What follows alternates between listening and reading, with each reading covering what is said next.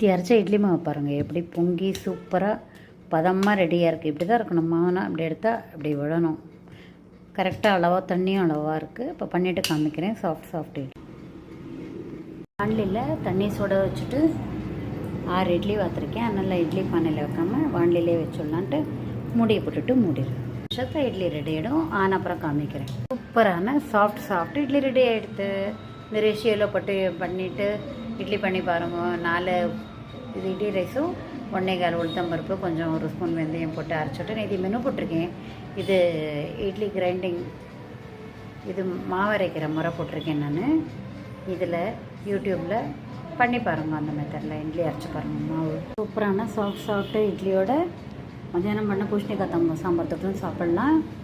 இந்த மெத்தடில் இட்லி பண்ணுங்க. சாம்பாரும் அப்படி பண்ணுங்க. இட்லி 3 சாப்பிடக்கூடாது. நாங்கள் 3 சாப்பிடுவோம் நைட்டில். ஆனால் 4 கணக்குக்கு பாதியாக கட் பண்ணிடுவோம்.